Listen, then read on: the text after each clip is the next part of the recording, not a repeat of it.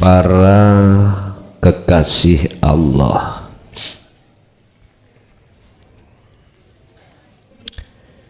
itu ada yang ditutupi Allah, ada yang tidak. Berbicara terkait aulia, jamak dari wali, yang artinya hamba-hamba Allah yang dijadikan sebagai kekasihnya Allah. Radhiyallahu anhum wa radu anhu. Radhiyallahu anhum wa radu anhu. Antara dia dan Allah sama-sama mencintai miturut pandangan umum.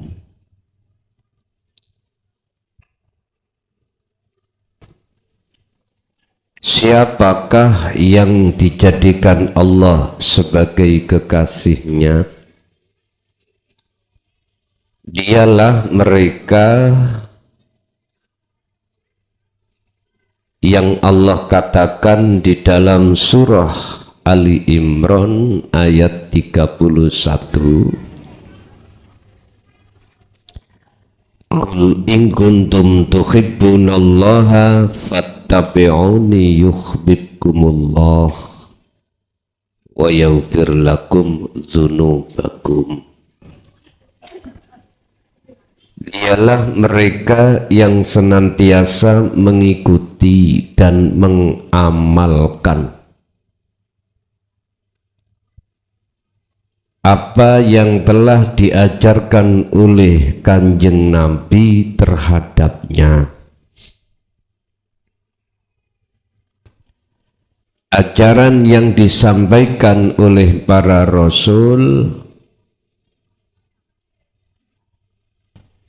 yang terkait masalah keesaan pada Allah cuman satu.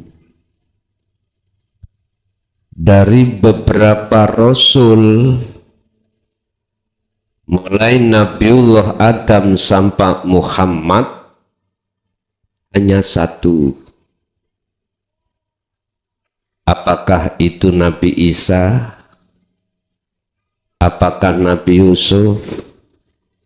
Apakah Nabi Nuh dan lain sebagainya? Hanya satu, yaitu ani'budullaha wajtanibut taghut. Mengajak untuk mengarahkan hati sambung terhadap urip dengan rasa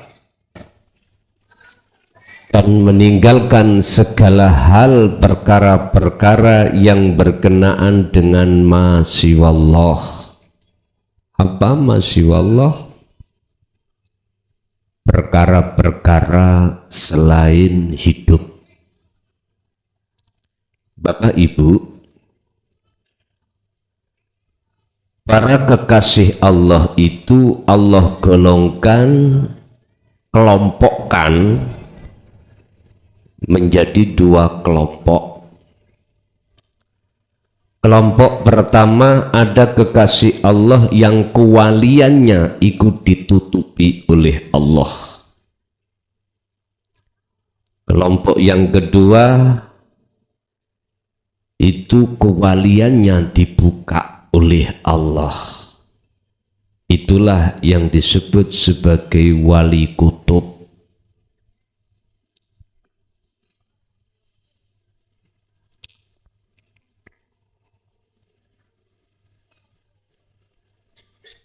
Wali kutub atau sultan aulia, rajanya para wali. Apa makna kutub itu? secara lugat adalah penyanggah, tiang, atau ghaus, al-ghaus,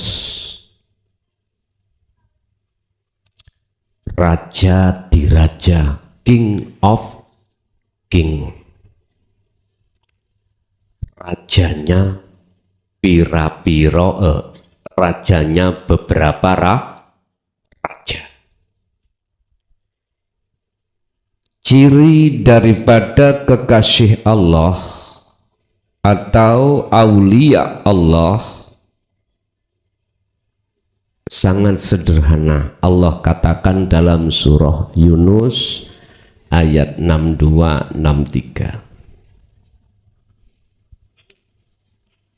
Ini secara rohaniyah, tapi secara jasmaniyah itu tergantung yang ditutupi atau yang dibuka. Nanti akan kita jelaskan di makalah Ibnu Athaillah 118.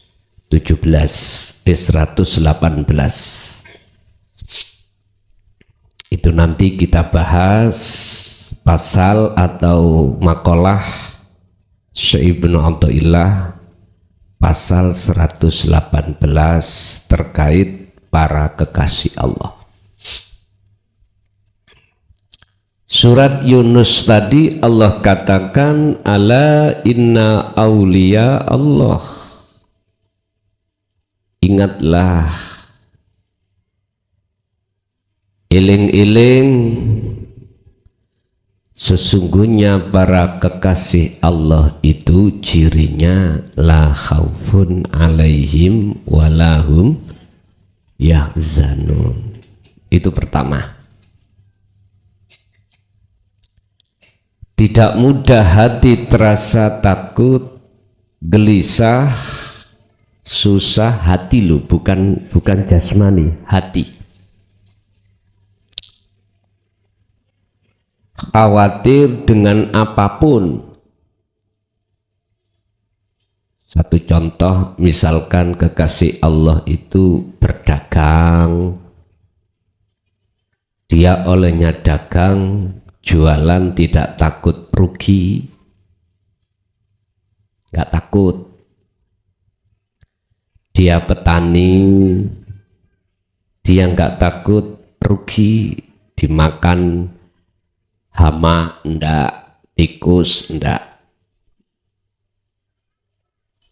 Umpama dia pejabat, dia nggak takut kehilangan jabatannya. Hari demi hari, waktu demi waktu, beliau senantiasa hatinya berzikir, menyambungkan hati terhadap hidup lewat rasa. Dengan cara begitulah maka beliau la khaufun alaihim walahum yahzanun. Dia nggak mudah ada rasa khawatir, gelisah, takut, tidak. Keluar rumah, entah dia itu berdagang atau yang lainnya, istrinya ditinggal di rumah, nggak takut apa? Nggak takut disaut garang.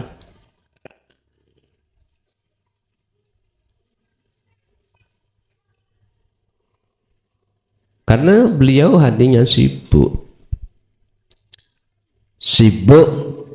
berzikir pada Allah. Urusan tentang kewalian ini juga bertingkat-tingkat, Pak Bu, bertingkat-tingkat. Ada yang fana, ada yang fanaul fana atau kamil, ada yang baqo. Alladzina amanu wa kanu yattaqun. Mereka jelas imannya sudah ihsan. Dimanapun dia berada, apapun sikon yang dia hadapi, hatinya terasa bahwasanya Allah itu dekat. Anta budallaha ka'annaka lahu taroh fa ilam taroh. Beliau kemana-mana selalu melihat wujudnya Allah. Ini pandangan umum loh Pak, pandangan umum.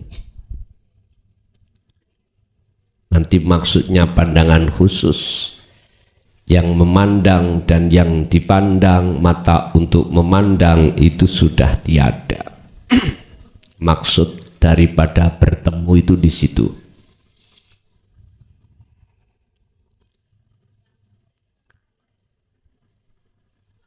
Tidak hanya dia beriman, akan tetapi wakanu yattaqun, selalu ruhaniyahnya itu memandang wujudnya Allah. Minimal fa'ilam taroh, apabila dia belum bisa memandang karena makom, maka dia merasa seakan-akan selalu dilihat oleh Allah. Karena Allah sudah terasa dekat. Kembali ke tujuan tugas daripada Rasul hanya satu, mengarahkan, mendidik ruhaniyah kita untuk condong ani'budullaha, condong terhadap keesa, wastanibut tauhid, dan lepaskan selain keesa. Pun semuanya Rasul itu di situ. Inilah yang kumaksud illa ana. Semuanya. Bapak Ibu, siapakah yang pantas disebut sebagai penerus para utusan Allah yang disebut Rasulullah? Siapa yang dikatakan sebagai tabi'ina sholihin, dan atau siapakah yang pantas disebut zuriyah Rasul itu? Merekalah yang masuk di dalam satu ayat, wa ma arsalnaka illa rahmatan lil ngalamin, sebagai pentebar rahmat terhadap seluruh makhluk. Tidak memprovokasi, tidak saling menghina, enggak, tidak saling menghujat, enggak. Sebab sifat itu ngelabeti apa yang disifati. Pohon itu melabeti terhadap sifat buahnya. Kemarin sudah saya katakan, pohon mangga gadung itu mesti sifatnya mensifati terhadap buahnya sesuai. Nggak mungkin keluar dari sifatnya. Yang seperti sifat ditimbulkan oleh pohon buah jarot, atau pohon mana lagi, buah mana, beda.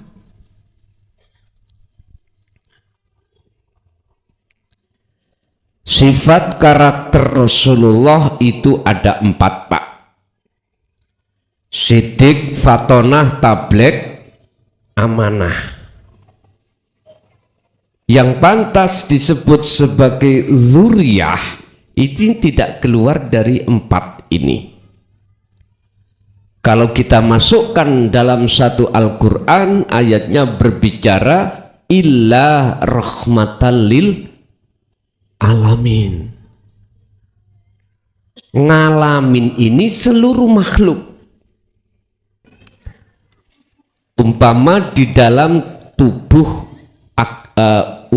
makhluk manusia ini berbagai macam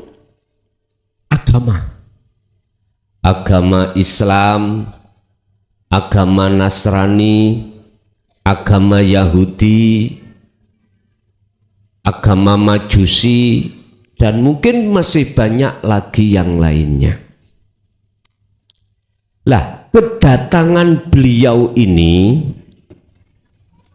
tidak hanya menjadi rahmat oleh umat Islam saja, tetapi seluruh makhluk manusia, entah beragama apapun.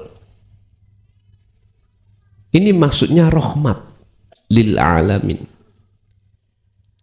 Atau kita lebarkan alamin ini ya termasuk jin, iblis, malaikat, tumbuh-tumbuhan, hewan, itu beliau.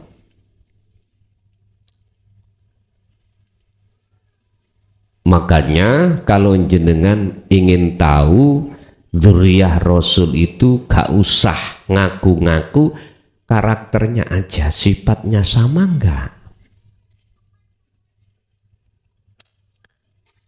Buah gadung itu pasti nanti kalau sudah tua namanya pelok. Pelok itu bahasa Indonesianya apa? Biji ya. Ketika dia tukul, tumbuh, pohonnya itu pohon gadung apa pohon mana lagi? Gadung. Buahnya nanti mesti gadung. Kalau pohonnya jarot, jarot itu mangga yang seratnya banyak sekali loh. Kalau dimakan nyelelit. Beda Pak, namanya sama, buah, pohonnya sama, cuma namanya yang beda.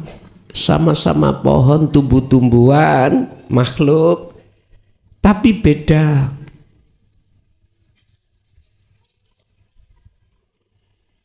Bapak Ibu,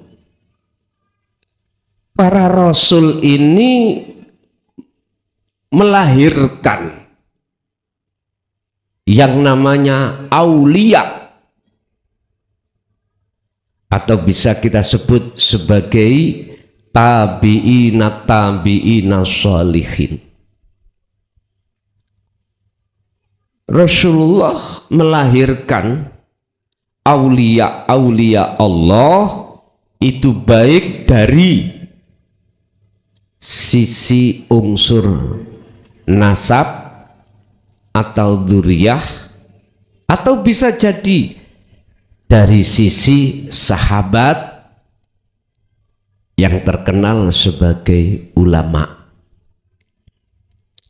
Al-ulama warasatul anbiya. Ulama yang bagaimana? Bapak Ibu hadirin rahimakumullah. Berbicara tentang aulia, beberapa kekasih Allah ini Allah kelompokkan 2 kelompok. Ada kekasih Allah, aulia Allah yang sifat kewaliannya itu tidak diketahui orang. Yang nomor 2, Allah buka kewaliannya itu. Nah, ciri-cirinya bagaimana? Nanti kita bahas bersama. Yang disebut wali kutub ini. Allah ya Karim, sesuai penjelasan dari beliau Syekh Ibnu Athaillah, wali ghaus atau kutub atau sultan mempunyai beberapa gelar ini, cirinya bagaimana, dan inilah yang sangat bahaya bagi sang pelaku. Bagi sang pelaku, penak yang golongan pertama tadi.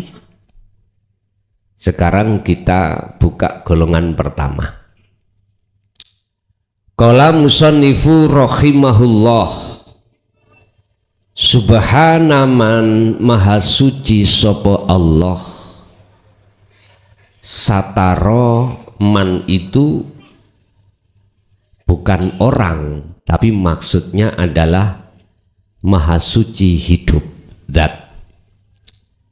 Satarol khususiyati, satarol khususiyah iki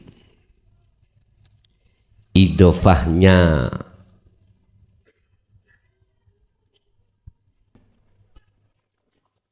siril wasiyah, siri iki terhadap wasiyah itu disebut idofah bayaniyah. Artinya sirron ay sirron huwa al khususiyatu, artinya dia menyimpan sesuatu sebagai pelaku yang tidak diketahukan. Ibarat gini, ya ini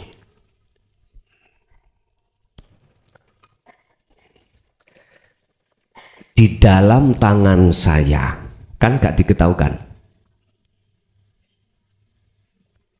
Ini ada sesuatu yang kau butuhkan. Apa ya?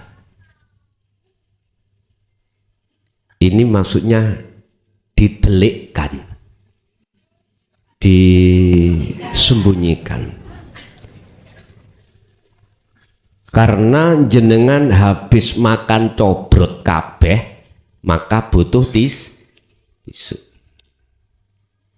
Saya berkata, di dalam tangan saya ada sesuatu yang kau butuhkan. Inilah yang dimaksud idofah dari sirro pada al-khususiyati adalah idofah bayaniyah, tapi dijelasno. Akhirnya menjadi sirron, Allah menutupi, sataro kang nutupi sopo Allah sirron ing rahasianya, huwa utawi sir iku al khususiyatu, sifat khususnya tisu. Nah, gak paham kalau wis tuwek, wis dirungokno ae. Nanti tak omong iku maksudnya piye. Ngeten Pak. Subhanaman maha suci hidup, sataro kang nutupi sopo Allah hidup, sirol khususiyati ing rahasiane sifat kuwaliane kawulane. Ditutupi dengan apa? Bidzuhuril basyariyati, kelawan nyatane sifat manusiawiyahnya. Mana? Gini Pak, rahasia kewaliane si A iku ditutupi Allah dengan cara sifat-sifat manusiawiyahnya supaya orang lain tidak tahu. Akhirnya si A tadi ya seperti pada umumnya masyarakat berkeluarga, nikah, bekerja menjadi pedagang, petani, pemulung, jual kayu, jual rosokan. Berbagai macam cara Allah menutupi kewaliannya. Sehingga orang lain tidak tahu kalau itu kekasih Allah. Terus ciri daripada kekasih Allah itu yang bagaimana? Disebut kekasih Allah. Ciri ini sudah ada di dalam hati jenengan atau belum? Pertama, dia senantiasa atau selalu bahwasanya Allah, minimal Allah hidup terasa dekat. Ketika saat dia berdiri dalam hal apapun, duduk dalam hal apapun, duduk apa ada duduk yang remi. Tahu remi nggih? Duduk remi, duduk jualan, duduk apalah gitu.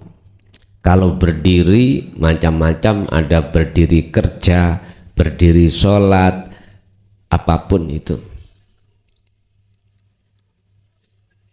Dan atau dalam keadaan dia sakit, berbaring. Berbaringnya sakit, apakah berbaringnya itu tidur, apakah berbaringnya mohon maaf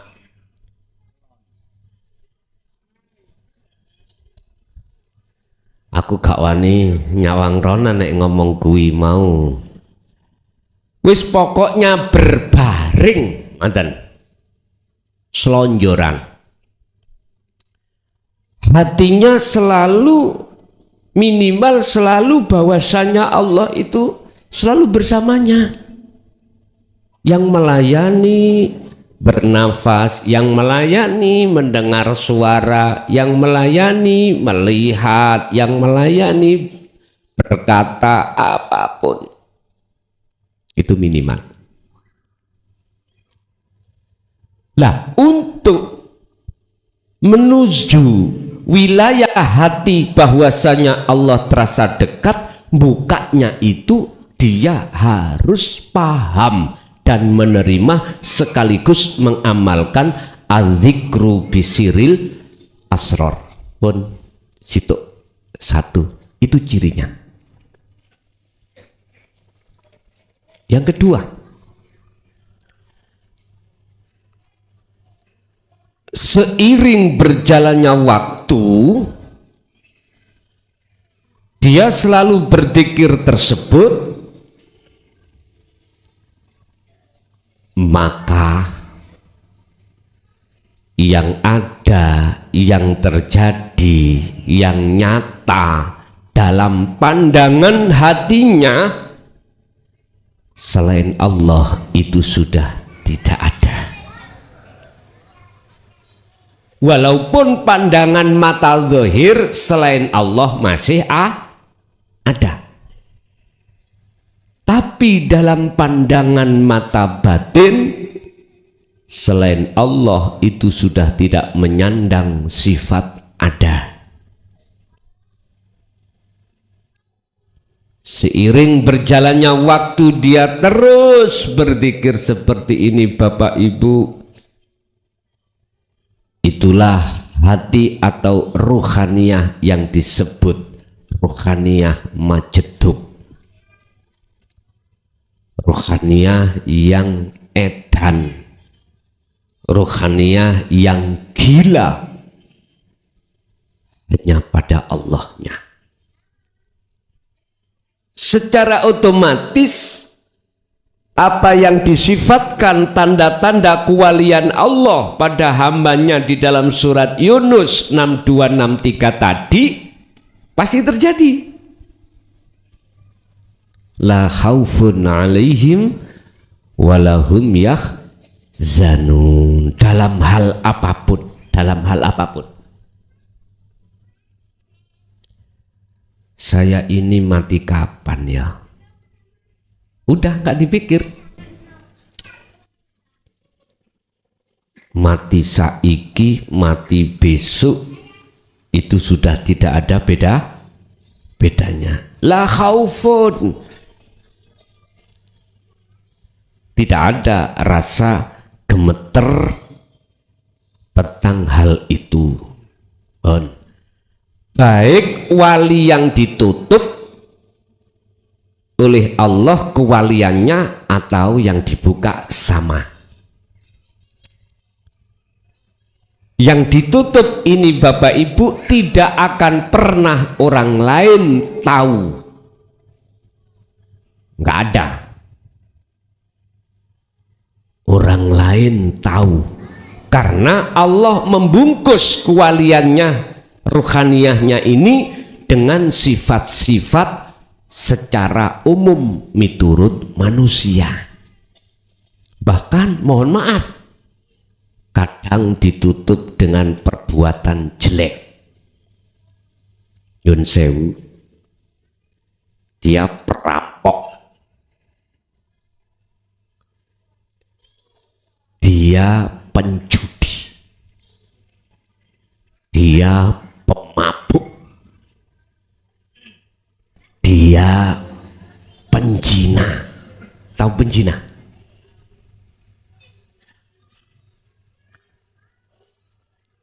Wis nek ngene utek sampean iki petah gitu. Maksudnya wali ku jino. Lah ngoten nggih. Suka-suka Allah. Ada yang seperti ini. Tapi orang lain tidak akan pernah tahu.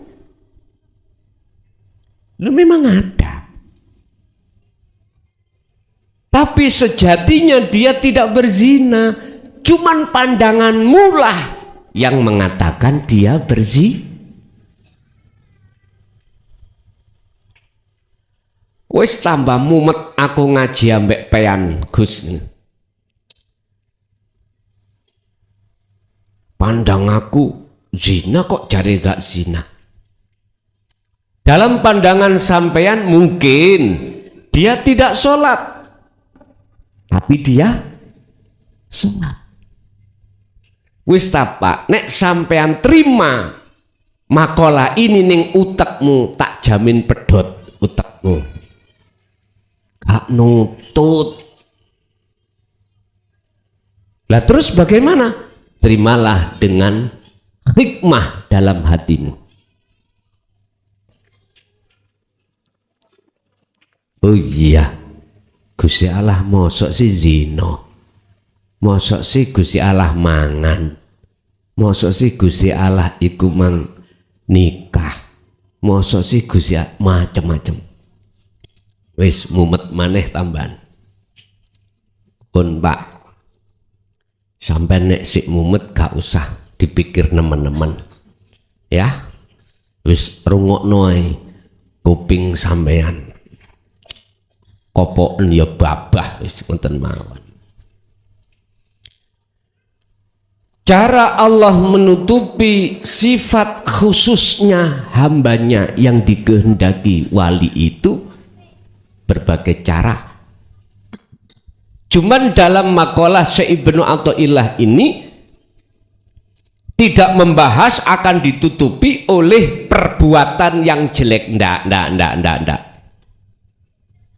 Tapi dalam makalah ini diterangkan ditutupi oleh sifat-sifat seperti sifat manusiawiyah pada umumnya. Ya kerja, nikah ya nikah, apapun, bersosialisasi di tengah masyarakat. Terus bagaimana cara untuk mengetahui itu? Kalau dia kekasih gampang, engko tak tutui bocorane. Tapi ojo dituduhno wong liya lho ya. Gak apa-apa tak tutuhno, tapi ojo tutuhno wong liya. waktu.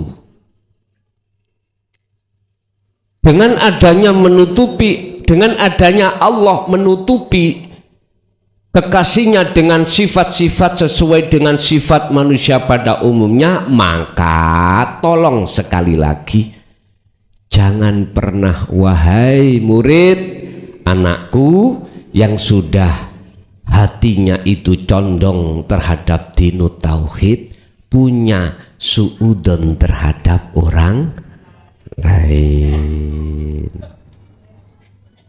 Motivasinya di situ. Sebab kita tidak tahu kalau itu kekasih Allah.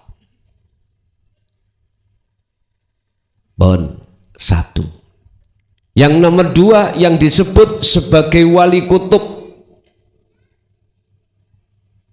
sama ciri-cirinya yang sesuai dengan yang ditutupi. Cuman di situ Allah katakan wadzoharo lan ngetingalake sopo Allah bi'adzomatir rububiyati kelawan sifat agungi kepengeranan. Iki yang beliau tidak bisa memilih. Sebetulnya beliau ini maunya itu golongan pertama, tapi gak bisa memilih karena gelar al-Ghaus kutub itu hanya Allah yang memberikan, bukan dari manusia. Sama dengan aulia itu. Apa sifat keagungan Allah, rahasia yang di dalam hatinya tadi, yang Allah tutupi tadi loh. Sataro huwa al-khususiyatu.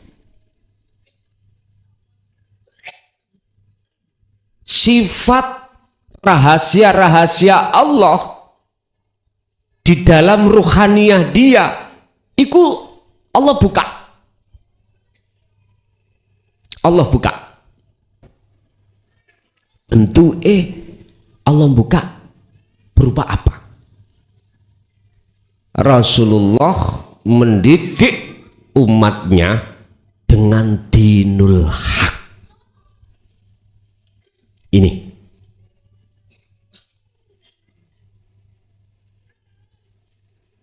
qad tabayyana rusdu minal ghai, ajaran untuk membebaskan ruhaniyah dari belenggunya hawa nafsu. Daqaiqul asrar, lembut-lembuti rahasiane ilmu tentang Allah itu dibuka, diajarkan di tengah umat masyarakat umum dengan maksud supaya hati atau ruhaniyah masyarakat umum dalam kurung umat supaya condong hatinya anik butullaha, condong ke ahad, condong ke esa, baik umat Islam, Nasrani, Hindu, Buddha, Majusi, semuanya umat. Ini ciri daripada wali kutub, dan dia Allah bekali dengan hujah, dalil-dalil yang tidak bisa dibantah, nggak bisa dibantah. Atas kebenarannya nggak bisa dibantah. Bantahan dengan dalil apapun nggak bisa. Contoh ya. Tatkala Anda mendekat api, terasa panas enggak? Panas. Karena sifatnya api adalah apa? Panas. Akhirnya sifatnya api iku mau dibahas, diomong ning umat, cak, api iku panas. Sebab aku sudah mendekat dan merasakan kalau api itu panas. Sifat daripada api ini Pak dijelaskan di tengah-tengah masyarakat supaya masyarakat itu beriman bahwasanya api terasa panas. Dia sebelum mengatakan api itu panas terhadap orang lain, dia sudah bersatu atau menyentuh api, baru bicara. Sebelum dia berbicara tentang daqaiqul asror, lembut-lembuti ilmu kepangeranan, dia mendekat dulu dan bersentuhan, akhirnya terasa. Lah inilah yang beliau wali kutub itu pasti akan menjelaskan di tengah masyarakat. Itulah baginda Rasul dalam masanya. Ini satu masa hanya satu orang. Wali kutub itu mengikuti zaman, masa.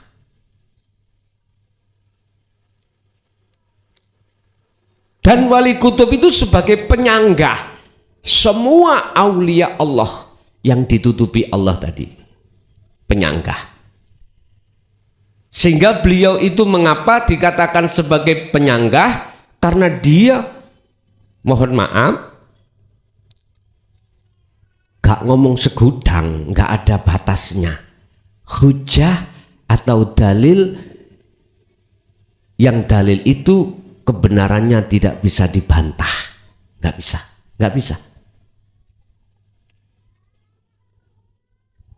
Bapak Ibu hadirin jamaah rahimakumullah, apa maksud dan tujuan beliau membuka rahasia Allah yang miturut makalah lain orang mengatakan nggak boleh rahasia Allah dibuka, nggak boleh.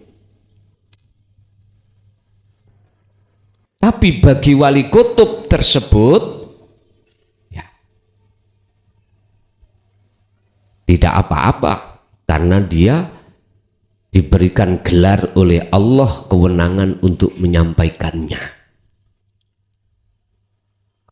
Sampai tujuannya itu berhasil. Apa tujuannya? Menjadikan umat ini hatinya sudah tidak lagi buta kepada Allah. Titik ada di situ.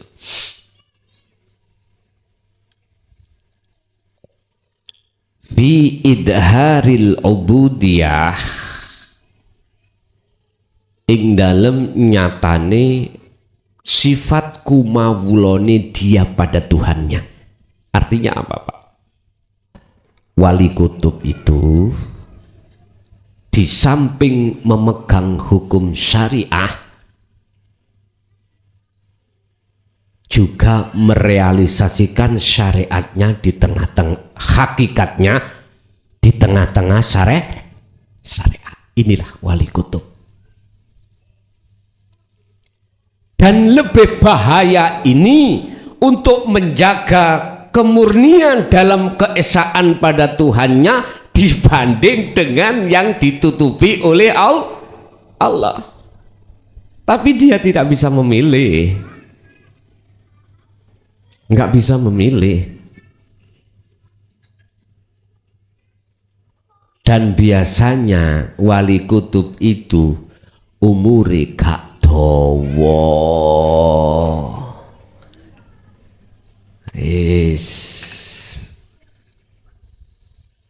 Ngerti gak dawa? Nggak panjang. Kanjeng Nabi berapa?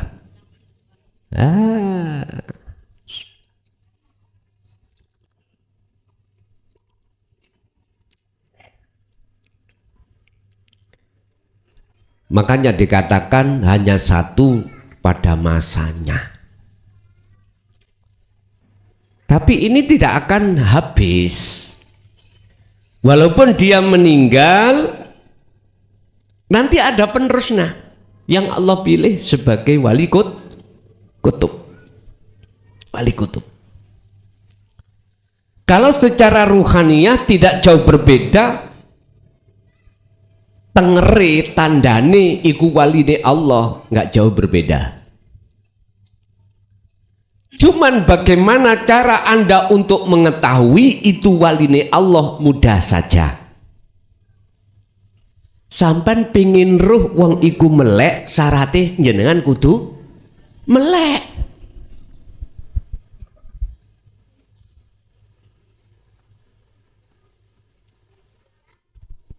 Bagaimana mungkin kau akan tahu si A itu berbaju kuning, lama tamu iku mang merem?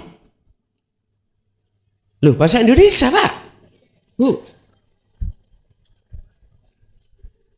Bahasa Indonesia. Jadi saya memang banyak kritikan, masukan, kritikan membangun ini. Saya anggap kritikan membangun. Terkait bahasa, saya diharapkan untuk 100% bahasa Indonesia. Saya ya tidak berjanji, cuman saya upayakan 100%. Berhubung saya asli wong Jawa, mesti bahasa Jawa akan muncul. Cuman situ durung muncul Koreane.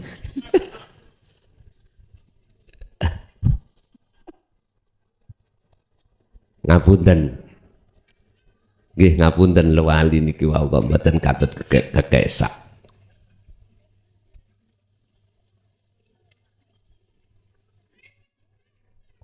Bapak Ibu hadirin jamaah rahimakumullah. Sungguh berat di antara beberapa sultan aulia ini untuk menjaga biar gak muncul sifat takabur, riya, hasud. Itu sungguh berat beliau. Sungguh berat. Pun kembali kepada mata tadi. Artinya apa? Dikatakan aulia, mata hatinya beliau-beliau itu sudah tidak buta lagi dengan sejatinya Allah. Wujudnya Allah sudah tidak buta lagi. Tentang masalah pandangan mata hati terhadap Allah itu ada dua tahap Pak, yang harus jenengan lewati. Tahapan pertama ilmu. Jenengan harus paham tentang ilmu tauhid ini yang disebut hidup di dalam cahaya makrifat, yang cahaya makrifat di dalamnya itu ada rasa, di dalam rasa itu ada yang namanya ruh. Ini jenengan harus paham dulu tentang ilmunya. Dan ini beliau Sultan Aulia, tugasnya menyampaikan. Walaupun resikonya dicaci dimaki, walau karihal musyrikun, beliau Rasulullah walaupun resikonya dibenci, dicaci, dihina, bahkan direncanakan untuk dibunuh, tapi tetap dia sampaikan.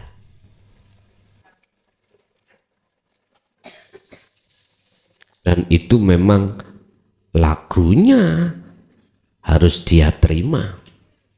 Lah menyampaikan laksana, menyampaikan sifat aslinya api terhadap orang lain.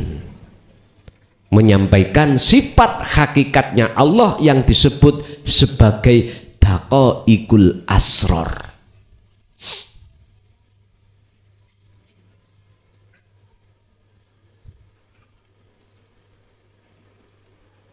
Lembut-lembute rahasiane Allah dibuka oleh beliau.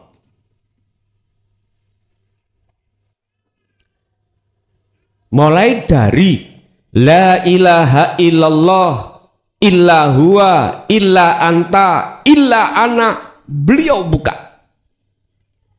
Sehingga bagi umat yang masuk dalam kategori kaum khawarij, ahli kitab, terperangah, tahu terperangah, delomong,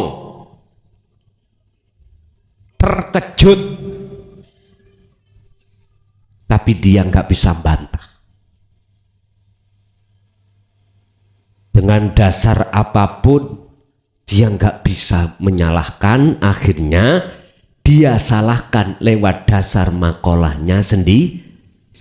Contoh. Janganlah kau masuk di dalam pelajaran hukum hakikat manakala syariatmu gak teteh. Pandangan mereka yang disebut syariah adalah ilmu-ilmu tentang jasmani, lah gitu toh. Salah besar.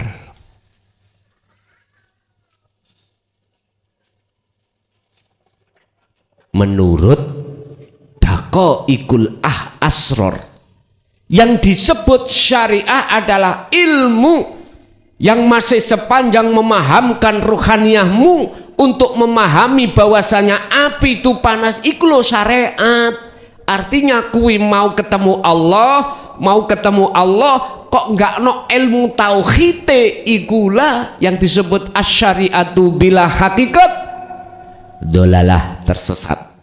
Itulah bukan ilmu syariat jasmani, bukan. Ilmu hakikat yang ada kaitannya dengan rohani itu disebut ilmu syariat. Itu syariat. Dan itulah yang dimaksud sebetulnya, tapi berhubung dia tidak pernah menyentuh api, maka Daqaiqul Asrar dia nggak paham.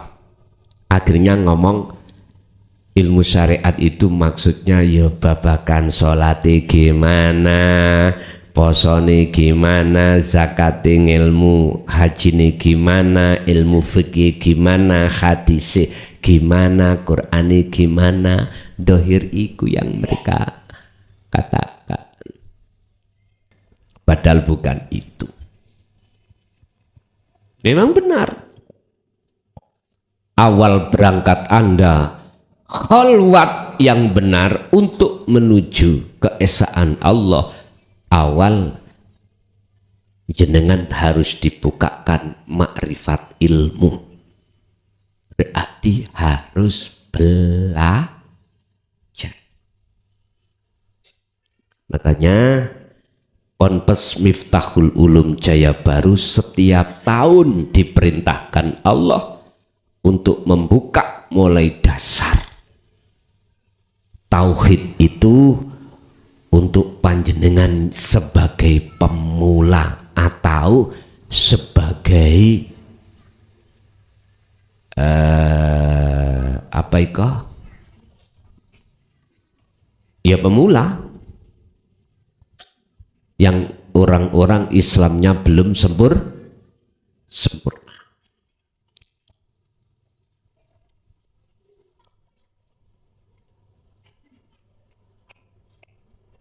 Pertama paham ilmu dulu, setelah itu disusul laku.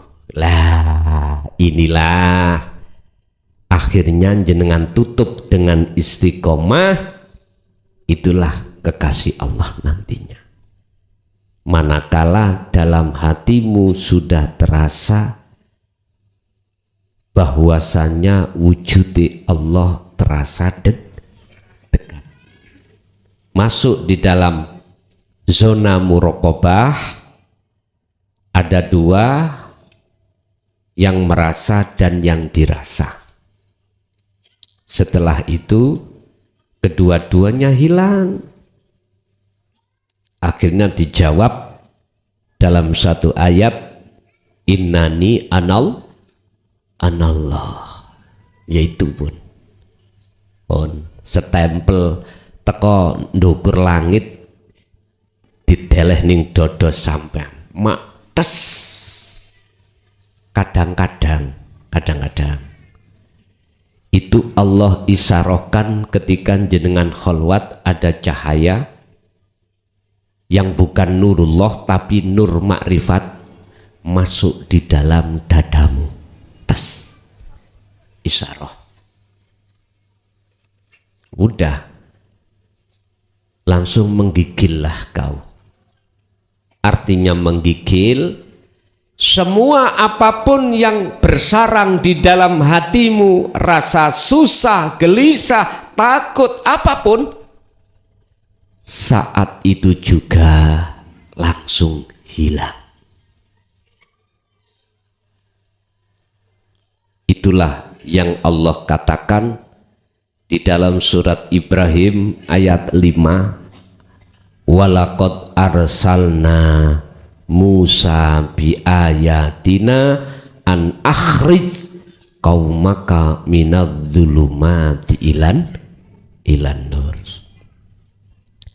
Sungguh betul-betul saya perintahkan ingsun, aku Allah merintahkan terhadap Musa iki kinayah. Apa maksudnya? Cahaya makrifat. Cahaya makrifat. Bi ayatina, dengan membawa beberapa wahyu. Dalil-dalil yang tidak bisa dibantah. Apa kefahaman hatimu di dalam setiap ayat baik yang tertulis ataupun tercipta dengan ayat yang tersirat. Tersirat inilah Pak yang kusebut daqaiqul asror. Ini lembut-lembute rahasiane ilmu tentang Allah. Yang itu tujuannya an akhrij qaumaka, untuk mengeluarkan ruhaniyahmu, ruhaniyah yang tadinya minadh-dhulumat, gelap terhadap Allah, ilan nur, padang terhadap Allah.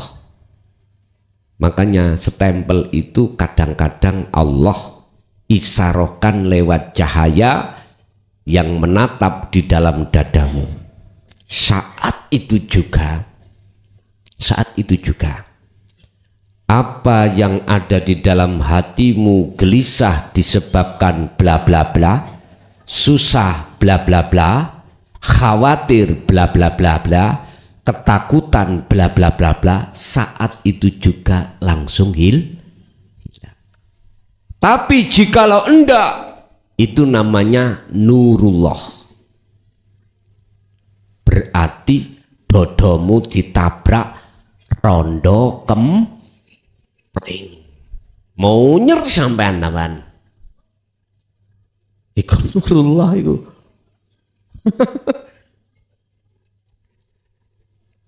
Kalau yang menabrak itu adalah nur makrifat, maka segala kegelapan hatimu akan hilang. Tapi podo-podo cahayane nure iku kok rasa yang kumaksud tadi gak hilang. Mohon maaf, itu bukan nur makrifat tapi nurullah. Tergantung nurullah berupa apa. Kadang berupa rondo kepling. Yes. Mohon maaf,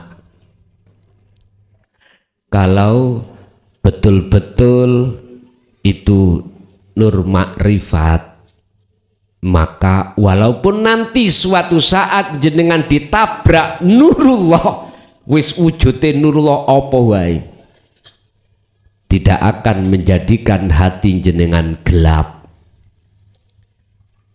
Boleh secara fisik merengut, tahu merengut ya, Bahasa Indonesia ini merengut itu apa? Cemberut, tapi hatimu tertawa. Tertawa. Boleh lesan marah-marah, jasadmu, tapi rohaniyahmu itu guya, guyu, senyum-senyum. Udah, inilah Pak. Terus sekarang saya masukkan pengembangan makalah ini dengan pertanyaan apa maksud dan tujuan Allah menutupi, dan apa maksud tujuan Allah membuka rahasia tentang ilmu Allah terhadap wali kutub. Apa maksud dan tujuannya? Sederhana sekali. Pertama, terhadap wali yang ditutup, supaya beliau-beliau itu dengan mudah menjaga kefitrahan rohaniahnya. Sebab kalau tidak diketahui orang, dia bebas Pak, bebas, nggak akan dipuja, nggak akan diunggul-unggulke. Beda sing gak wali ngaku-ngaku beda, tendensi muncul, aku adalah dzurriyyah Rasul, di dalam dadaku, tubuhku telah mengalir air peceren darah Rasul. Nah wis ada tendensi Pak, ngene iku ada tendensi. Jadi masyarakat pribumi harus tegas, harus peka. Jangan kau mau dijadikan dibudak oleh mereka-mereka yang mengatasnamakan dzurriyyah. Sebetulnya dzurriyyah Rasul nggak ada yang ngaku-ngaku, nggak ada. Walaupun nggak ngaku loh, kok pada akhirnya ketahuan sendiri. Contoh yang namanya Mangga Gadung, gak usah ngomong aku ini gadung, cok.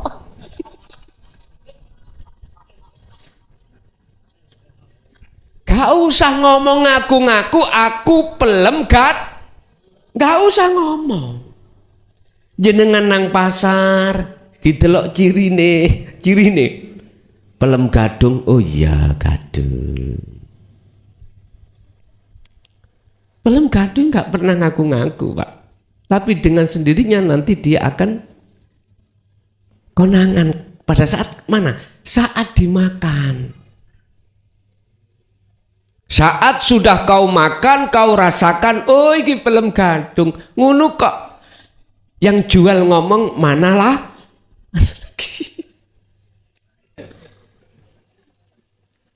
Nggak bisa itu. Kalau sudah jenengan makan, itu sudah nggak bisa ditutup-tutupi, sudah konangan, sudah itu pelem gadung. Nggak ada pelem gadung sing bengok ini, nggak ada. Artinya dzurriyyah Rasul itu nggak pernah ngaku-ngaku.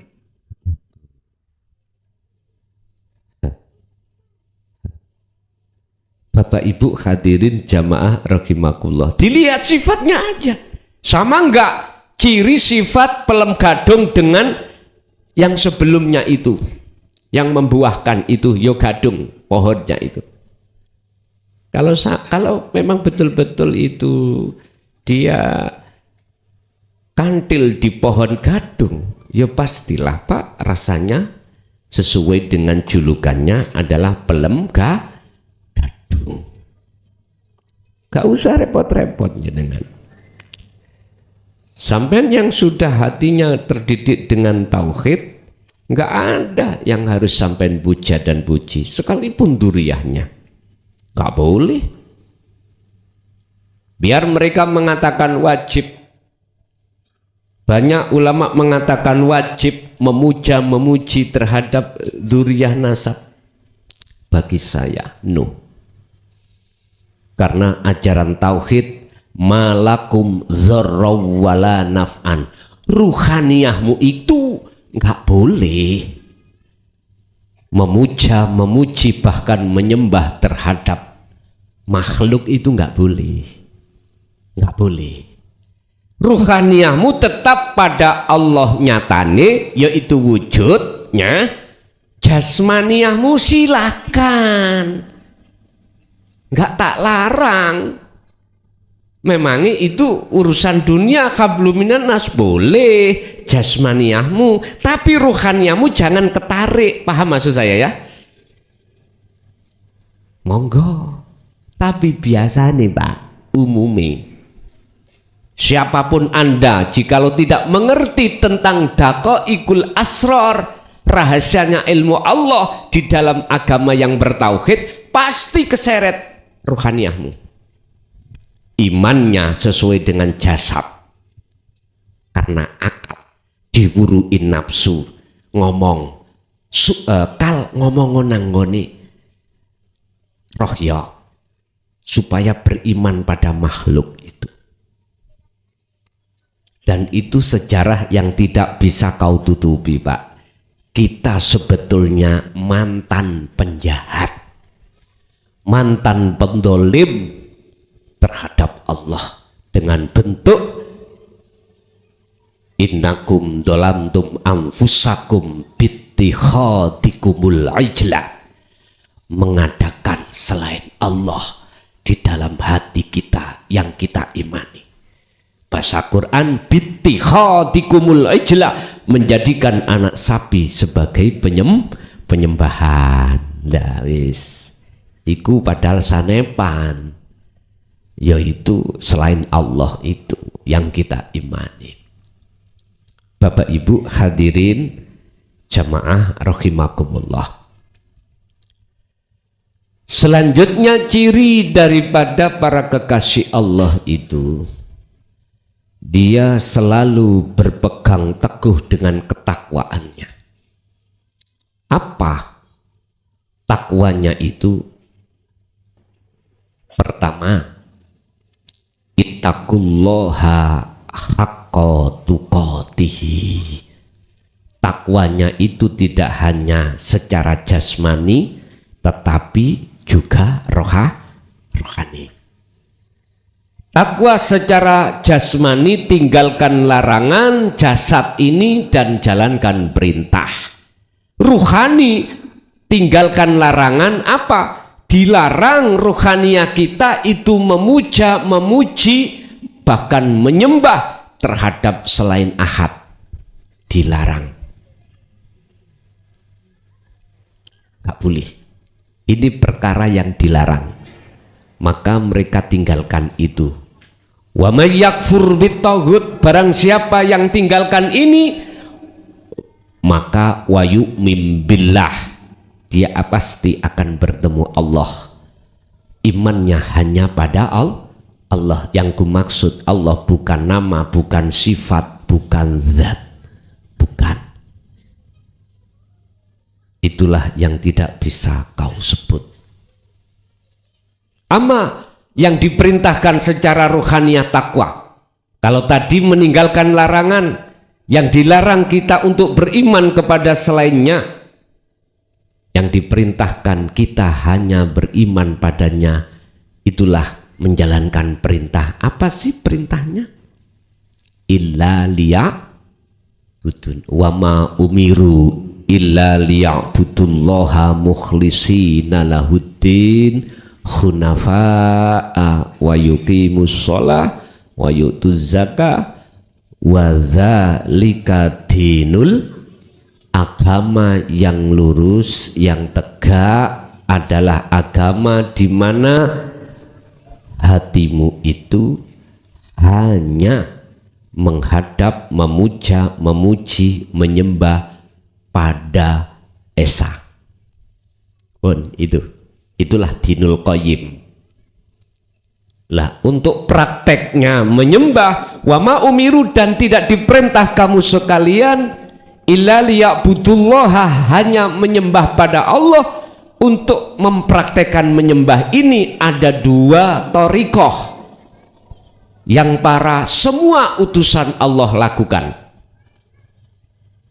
Jadi kalau jenengan bertanya apa thariqahnya Nabi Adam sampai Nabi Muhammad, dijawab Allah memberikan dua nama kelompok thariqah yang muktabaroh ilallah, boten muktabaroh ilan nabi, muktabaroh ilallah, sambung langsung pada Allah. Mana? Yaitu yang kusebut ibadatul mahduf wa ghairu mahduf, murni dan tidak. Melihat ayatnya illa liya'budullaha, kecuali kau diperintahkan untuk menyembah. Wadzalika dinul qayyimah, apabila betul-betul ruhaniyahmu condong terhadap ahad, maka itulah agama qayyim, agama yang jejeg, agama yang lurus. Wa qala aidan fa'budu hadza siratum mustaqim. Ketika fa'budu, hatimu menghadap sang yang esa ini yang disebut kosong inilah, maka siratum mustaqim, hadza utawi menyembah terhadap hatimu terhadap yang esa iku siratun, jalan mustaqimun kang jejeg.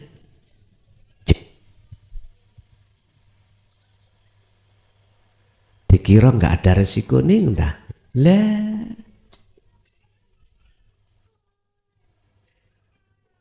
Tapi biarlah,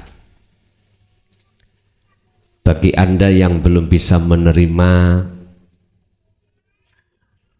saran saya, jangan kau buang keterangan ini, simpanlah di dalam almari dulu, sebab suatu saat nanti kau akan butuh dengan keterangan ini. Nanti kalau kau sadar, maka Anda akan membutuhkan keterangan ini. Ini sebagai awal pembuka kesadaran hati Anda bahwasanya kita selama ini zalim pada Allah dengan bentuk ngaku. Hal itu akan terjadi pada siapapun Anda manakala Allah sudah terasa dekat dalam pandangan hatimu. Terasa dekat, tidak jauh duding dukur sebelumnya itu. Allah ya Karim. Bapak Ibu hadirin jamaah rahimakumullah, untuk mengetahui si A, si B, si C itu waline Allah yang Allah tutupi, matamu meleo dhisik, mata hatimu meleo dulu ya, meleo dulu. Bahasa Indonesia meleo apa?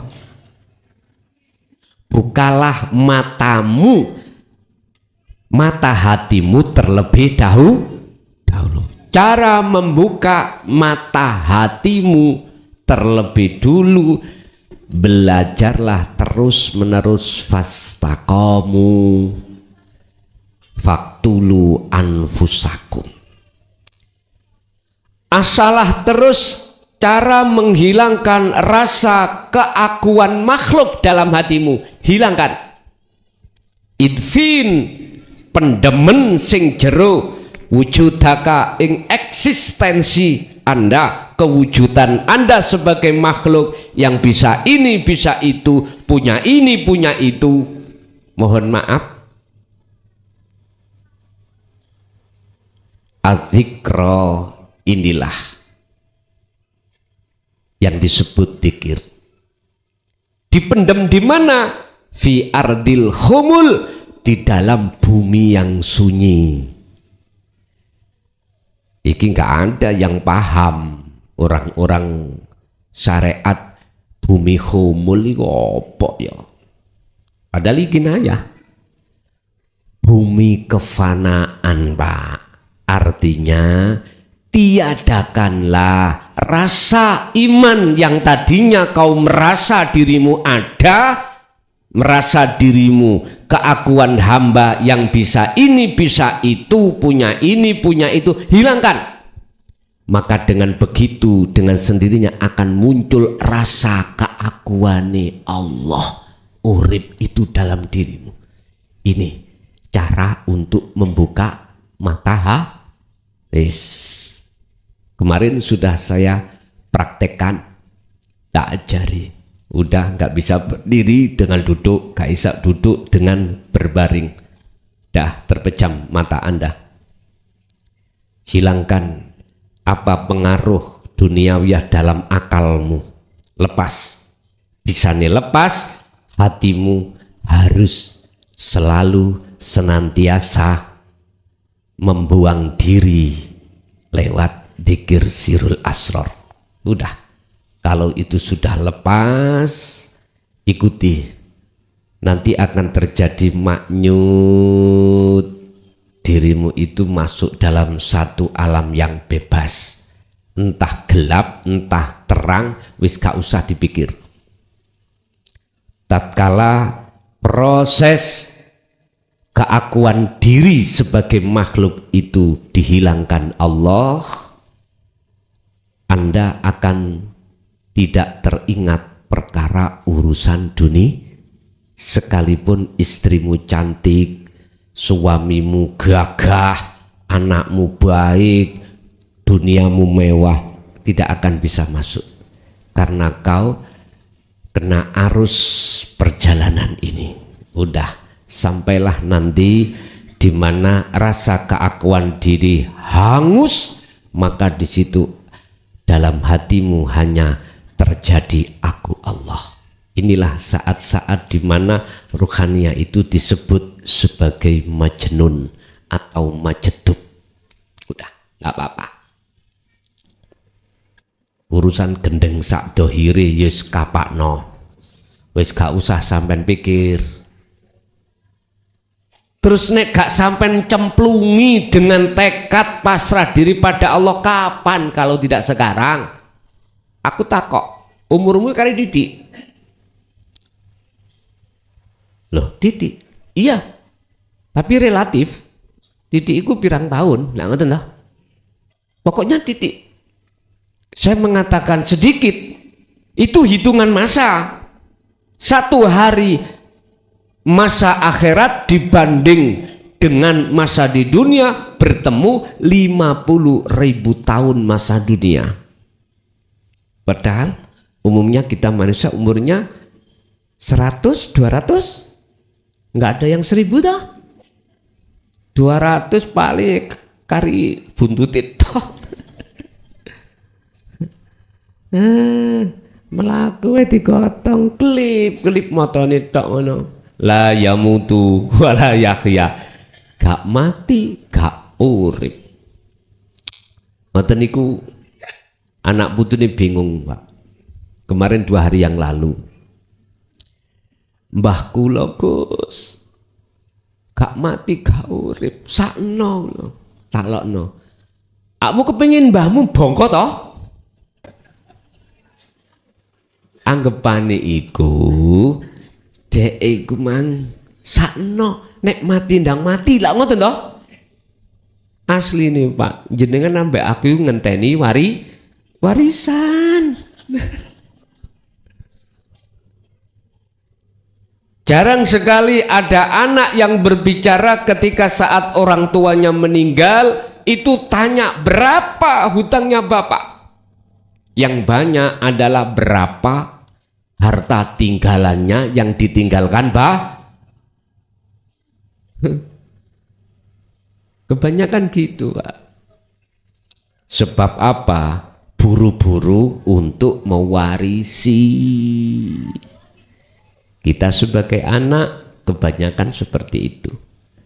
Tidak rame bahas berapa hutangnya bapak, tapi berapa harta warisan yang ditinggalkan bapak.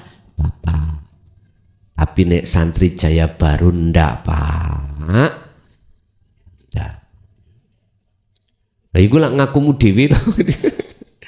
Nah, sebab para kekasih Allah itu sudah tidak condong hatinya, ruhaniyahnya itu terhadap selain Allah.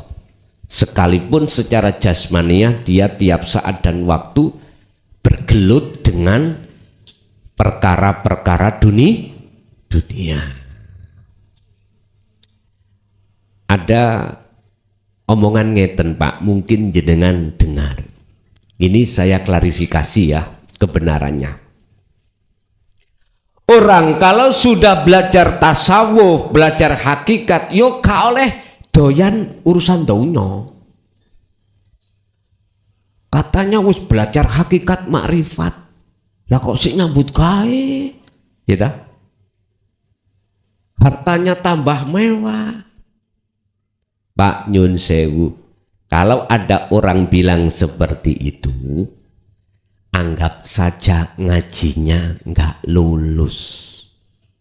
Waktu diterangkan gurunya mantuk tapi nggak kembali.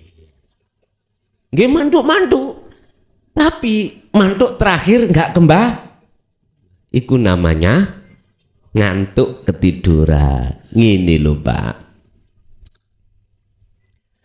Bukan semua hamba yang Allah kehendaki sebagai kekasihnya ketika diproses Allah di jalur ilmu, mendengarkan keterangan-keterangan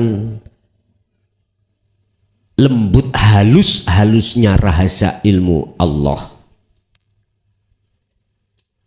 itu dia harus secara fisik tinggalkan dunia, tidak secara fisik, enggak.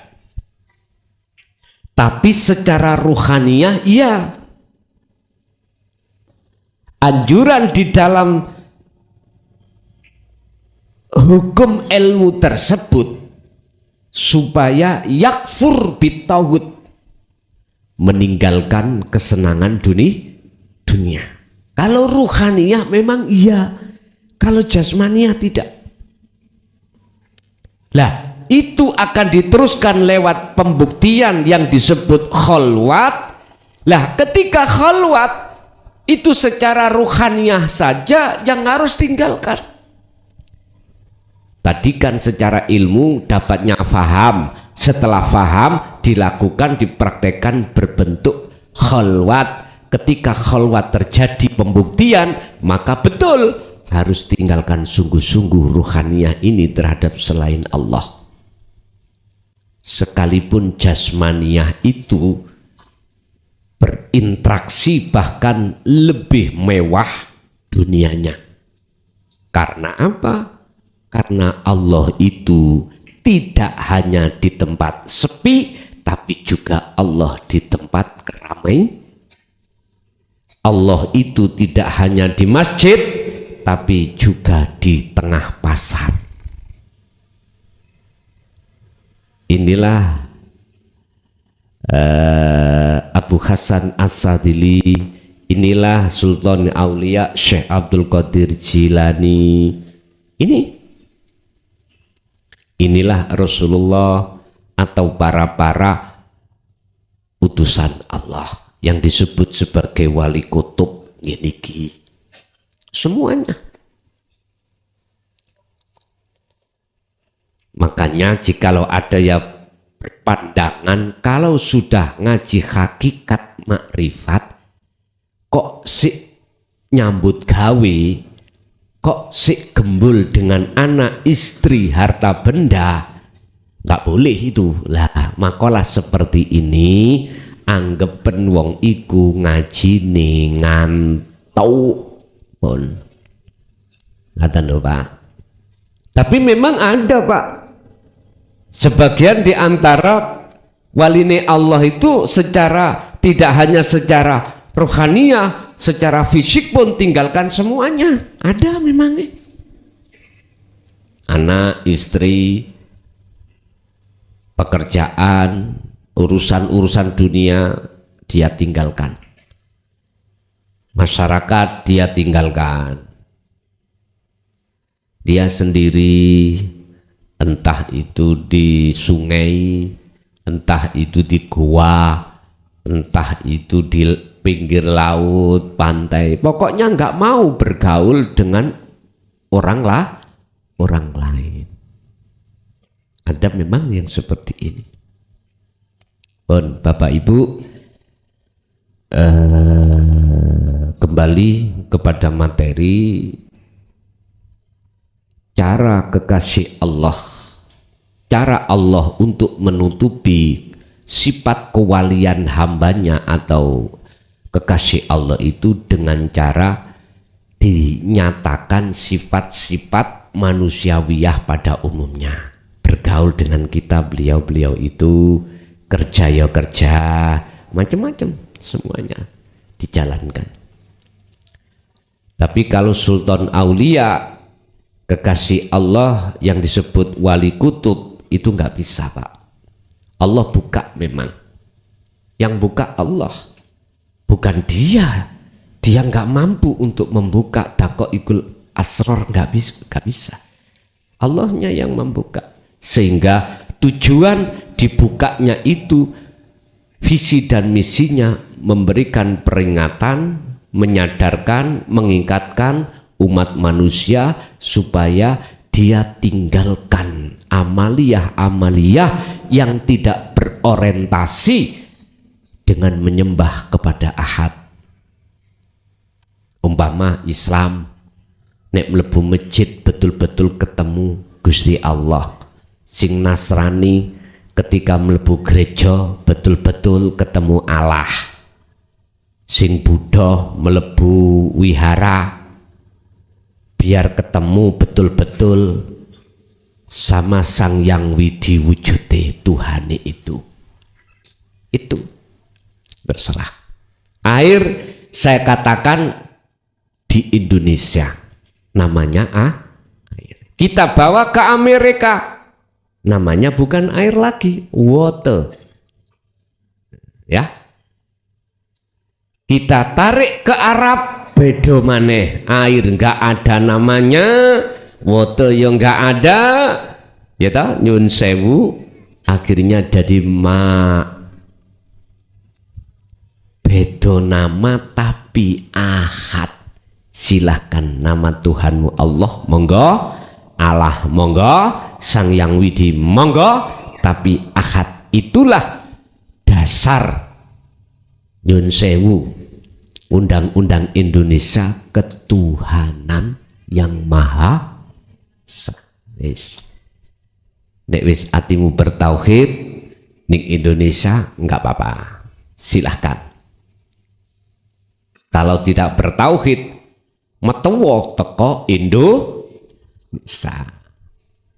Wong negaramu dudu Indonesia, wong kuwi nang Indonesia malah membikin perpecah belahan umat.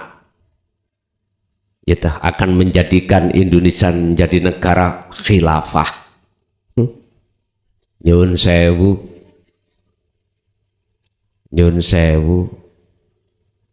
ternyata sudah lama Indonesia dirongrong oleh negara lain yang mengatasnamakan bla bla bla bla, mengatasnamakan agama lah dan lain sebagainya, biar konflik antara bangsa.